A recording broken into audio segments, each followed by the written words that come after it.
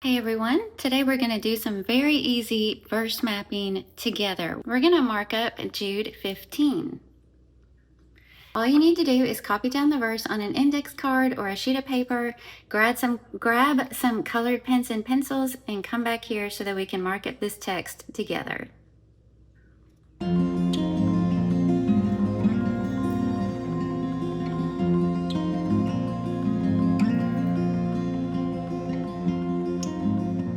Jude 15 may not seem like a very uplifting verse at first glance, but I think by the time we're done with it, you'll find it is in fact very encouraging. This past week, I was at Bible camp and I had a conversation with a friend who has a daughter that works in a company that exposes her to family situations. And she shared some stories with us that were very disturbing. They involved horrible things that have been done to innocent children, babies, toddlers, young children. I could not believe the things that she was sharing with us. And I kept thinking to myself, how do people even get away with these kinds of horrific acts against the innocent?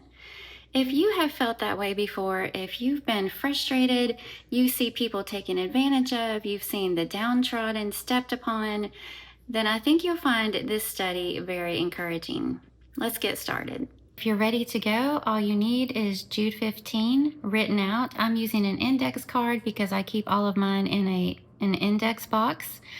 But you could print it off. You could just type it out and print off the text. However you want to do this is completely up to you. The idea is to have Jude 15 written out in such a way that we can mark it up together. I'm titling this one, The Lord Comes.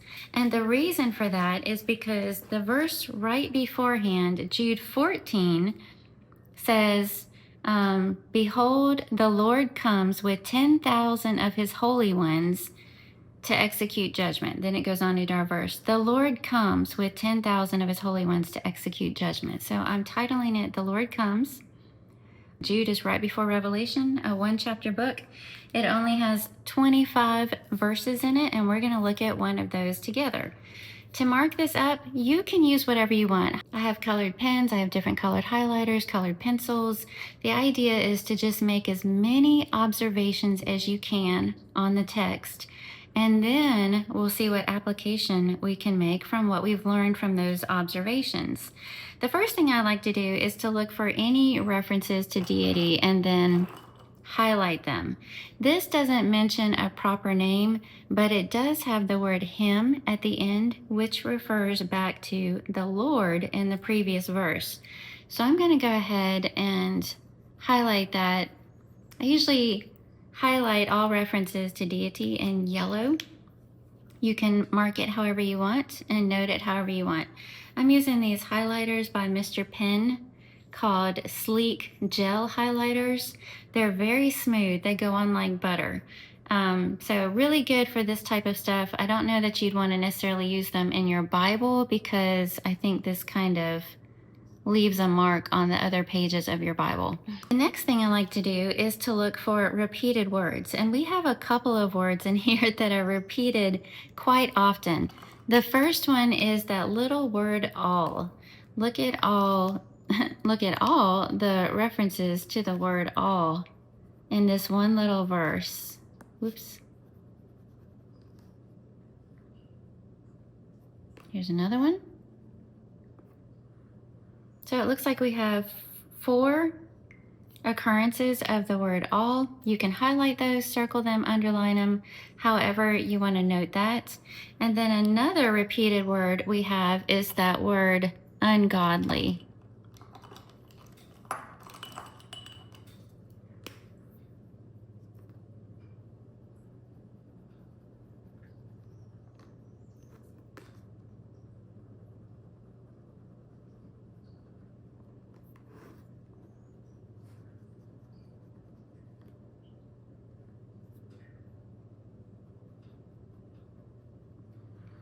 Okay, with the one word appearing 4 times in just one verse, already we have an idea of what this is going to be about. Let's read the verse together.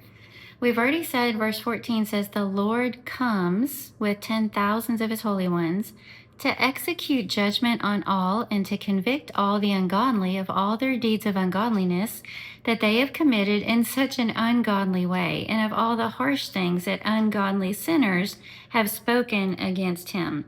So we're getting an idea. We can already see the scene, the judgment day, what's taking place. Now that I've noted any references to deity, I've noted any repeated words, I think the next thing I might do is to note up here next to the beginning of the verse, see verse 14. To remind us to go back and see that verse 14 says the Lord comes, since we're in the middle of a sentence here. And then the next thing we'll start doing is look at some of these specific words and see what we can learn about them. I've mentioned this before, but if you're new here, there are a couple of different ways that you can do that. You can look up words in the original language with a simple book like Mounce's Complete Expository Dictionary, or you can use Logos. All right, so I'm going to show you, I'll walk through with you how to look up something in Logos. The first thing I'm going to do is choose my version. Since the one I wrote down is in the ESV, that's what I'm going to look up. And then you can choose your text, and we want Jude, verse 15. As you can see, you can highlight things in the verse in such a way that it'll come up again the next time you mark it. But if you're just looking up individual words like the word execute, you just hold your finger on it and then look up the word information. It'll give you the word in the original language, and it'll tell you what it means. You can open that up. Open up in Bible Word Study. And then it's going to give you all this information to produce, cause, bring about, prepare, accomplish, carry out, practice. It'll give you other ways that same word has been translated. It will give you other verses in which you can find that exact same word. Okay, so that's how you use Logos. It's a free app that you can get on your phone to look up what the words mean in the original language. So the first thing we're going to do is look at that word execute.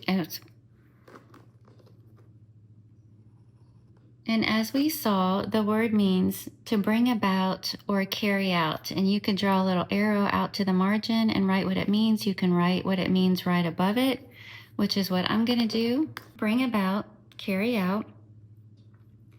And then we have the word judgment. And when we look that word up, we find out that it means a verdict or condemnation. So those two words make sense. That's what you would expect them to mean. The Lord is coming and he's going to carry out the verdict or condemnation. In this case, condemnation is appropriate.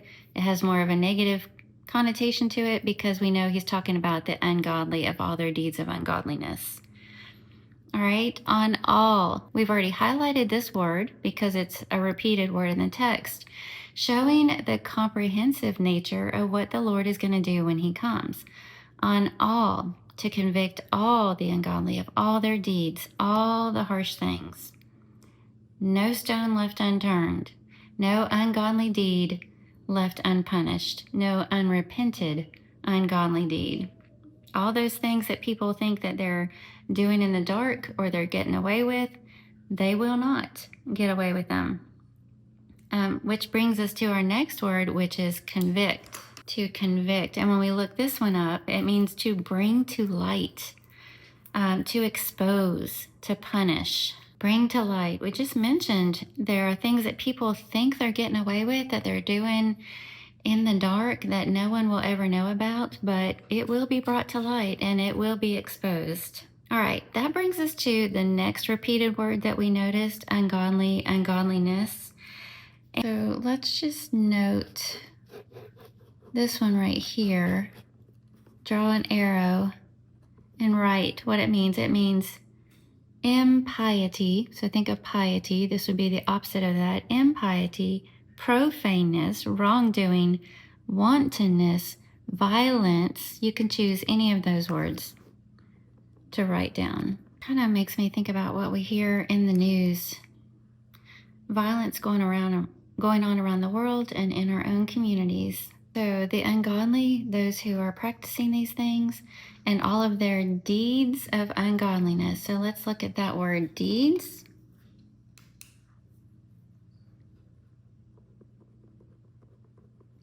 And this word means acts or works.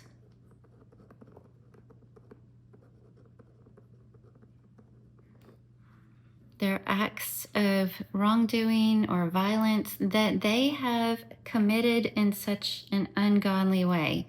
Now, when you look this word up, you'll find out that this one whole long phrase, starting with they, have committed in such an ungodly way.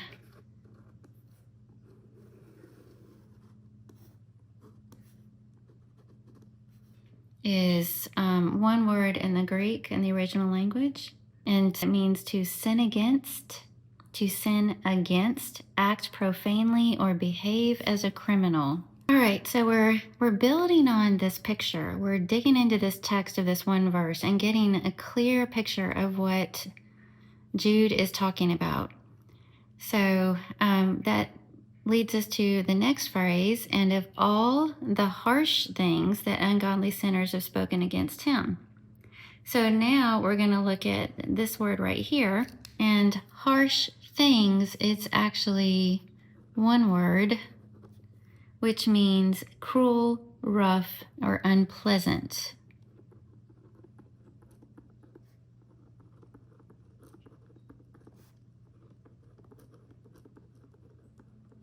Have you heard anybody speak harsh things against the Lord? Harsh things that ungodly sinners,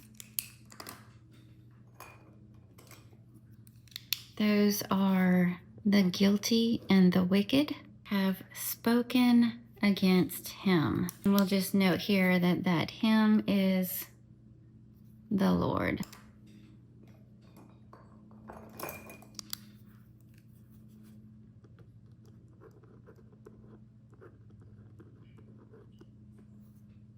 According to verse 14. Okay, so it didn't take us very long at all to note repeated words, to look at a little bit of vocabulary and look up some of these words in the original language. And it's pretty straightforward, but what a clear image we have of what is to come for all of those practicing acts of evil, all of those doing wicked deeds, the things that people think they're doing undercover, that they think they're going to get away with, the horrific acts that we hear about that maybe leave us feeling anxious. They will be taken care of when the Lord comes. Notice this word sinners here is the guilty and the wicked. So that lets us know we're not talking about the Lord executing judgment on those whose sins have been covered by the blood of Jesus, those who have repented and those who are walking in the light, 1 John 1:7, 5 through 7. But we're talking about those who practice these ungodly deeds, who are guilty and walking in the way of wickedness. I think that we can draw some encouraging conclusions from looking at this verse. The first thing that brings me a sense of peace is that there have always been evildoers. It's not that we need to wring our hands and say, oh, what is this world coming to? Clear back when Jude wrote this letter, we see that there have always been people practicing ungodliness, violence, wantonness, profaneness, wicked things. It's always been around. The second encouraging thing is that God sees them. They're not hiding anything. None of this stuff, they might be hiding it from man, but they're not hiding it from God. God sees everything, every injustice, everything that's unfair and horrific. He sees it all. And then the third thing that brings comfort or encouragement is they will give an account for them. They will be held accountable. Judgment will be executed upon them. It will not go unpunished. And notice the very next verse. If we were to keep reading in Jude, notice what verse 16 says. These are grumblers, malcontents, following their own sinful desires.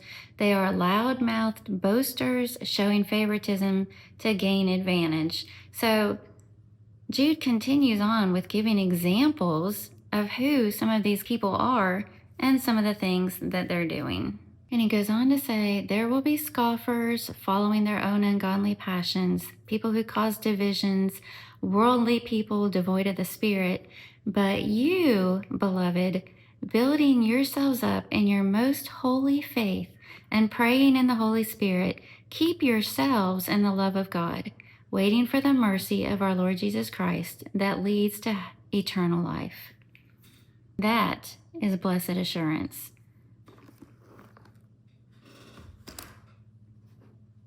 Thank you so much for joining me for this Bible marking of Jude 15, and may God bless your Bible study.